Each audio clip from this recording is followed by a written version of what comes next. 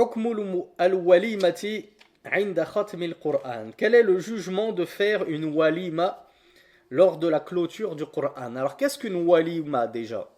Qui sait ce que c'est qu'une walima?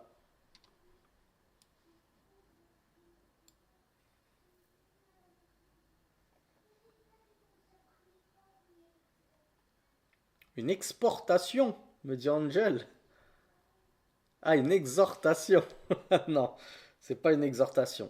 Ah, Angel il confond avec al-maw'idha. Maw'idha, c'est une exhortation. Walima, c'est pas un sacrifice dhun-nurayn. Walima, personne ne sait ce que c'est qu'une walima, c'est tout simplement un banquet. D'où la walima du mariage. Je fais un banquet de mariage. Donc quel est le jugement de procéder à un banquet, de faire un banquet, un petit festin, lorsqu'on a terminé la clôture du Coran? La question a été posée à la Lajna Da'ima. Déjà, est-ce que vous savez à quel moment la walima allait légiférer? Ah, je viens d'y répondre, je suis bête. J'aurais dû garder cette question. La walima, elle est légiférée lors du mariage, nous dit la Lajna Da'ima. Il n'y a pas de mal à ce que lorsque le marié euh, est entré... Alors, eux, ils nous... Alors, tiens, on va vous poser une autre question pour vous rattraper. En réalité, à quel moment exact la walima allait légiférer dans le mariage? Parce que le mariage, ça veut dire beaucoup de choses. C'est quand? C'est le contrat de mariage shara'i, ce que les maghrébins appellent la fatiha. C'est le mariage à la mairie civile, devant la mère kafira qui vient vous marier au nom de Marianne.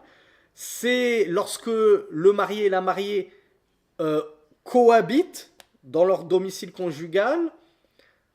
C'est quand en réalité la walima?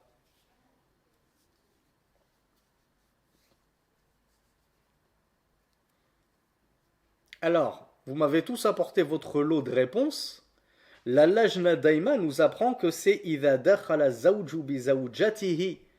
C'est lorsque le marié et la mariée ont cohabité ensemble, qu'ils se sont unis sous le domicile conjugal.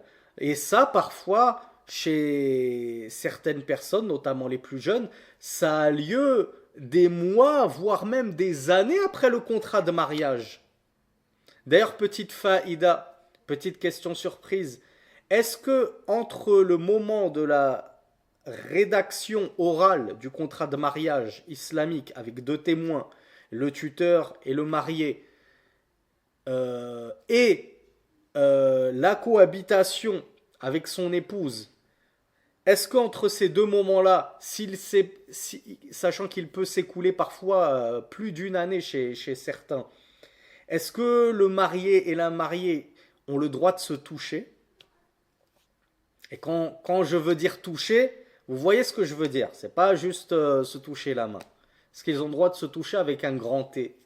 Ou alors, c'est interdit, c'est haram et c'est la chouma, tant qu'ils n'ont pas emménagé ensemble et qu'ils n'ont pas cohabité ensemble. Et pire, tant qu'ils ne sont pas allés devant monsieur Jean-Michel le maire de Sartrouville pour officialiser leur mariage aux yeux de la République. Ah, j'ai bien fait de la poser cette question. On a Ragnard le Bilka qui nous dit qu'ils n'ont pas le droit.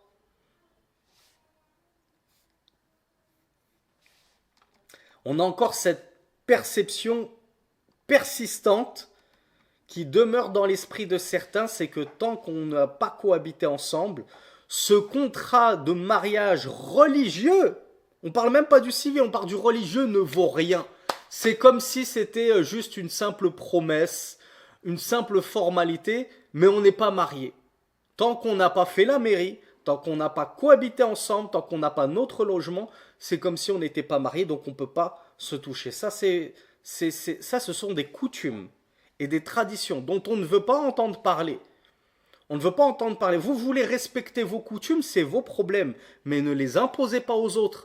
Et ne commencez pas à en faire des jugements shara'i. Non, c'est interdit de se toucher tant que on n'est pas passé devant la mairie, tant qu'on n'est pas passé devant la hadoul, tant qu'on n'a pas cohabité ensemble, tant qu'on n'a pas notre logement, tant qu'il n'a pas donné sa dot, etc. Même s'il n'a pas encore donné sa dot, vous avez quand même le droit de vous toucher.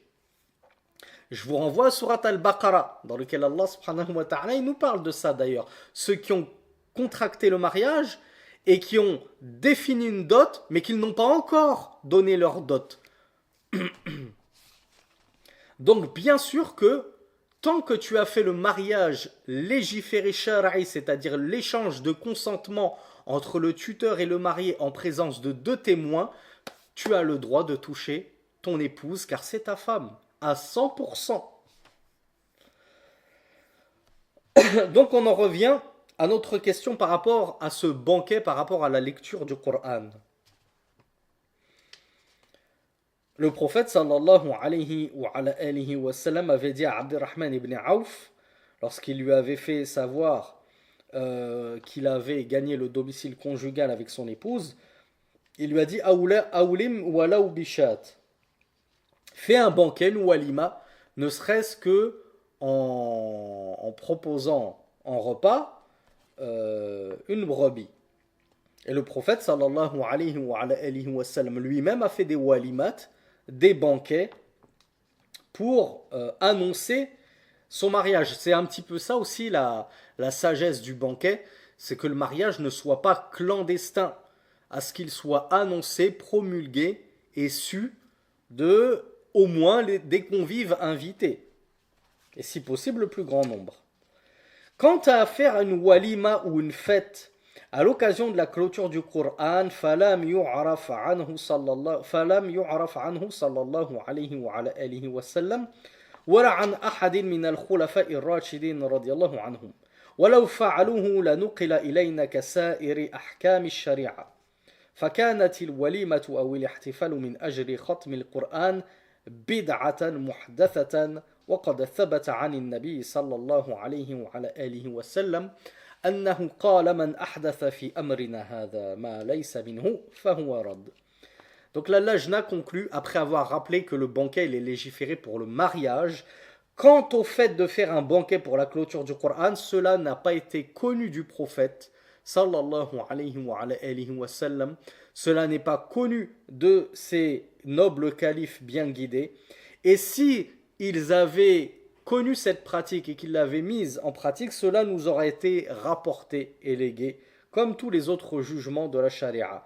En l'occurrence donc, on en conclut que ceci est une innovation, une chose innovée. Or, le prophète sallallahu alayhi wa sallam a dit « Quiconque innove dans notre affaire-ci ce qui n'en fait pas partie, cela est rejeté ».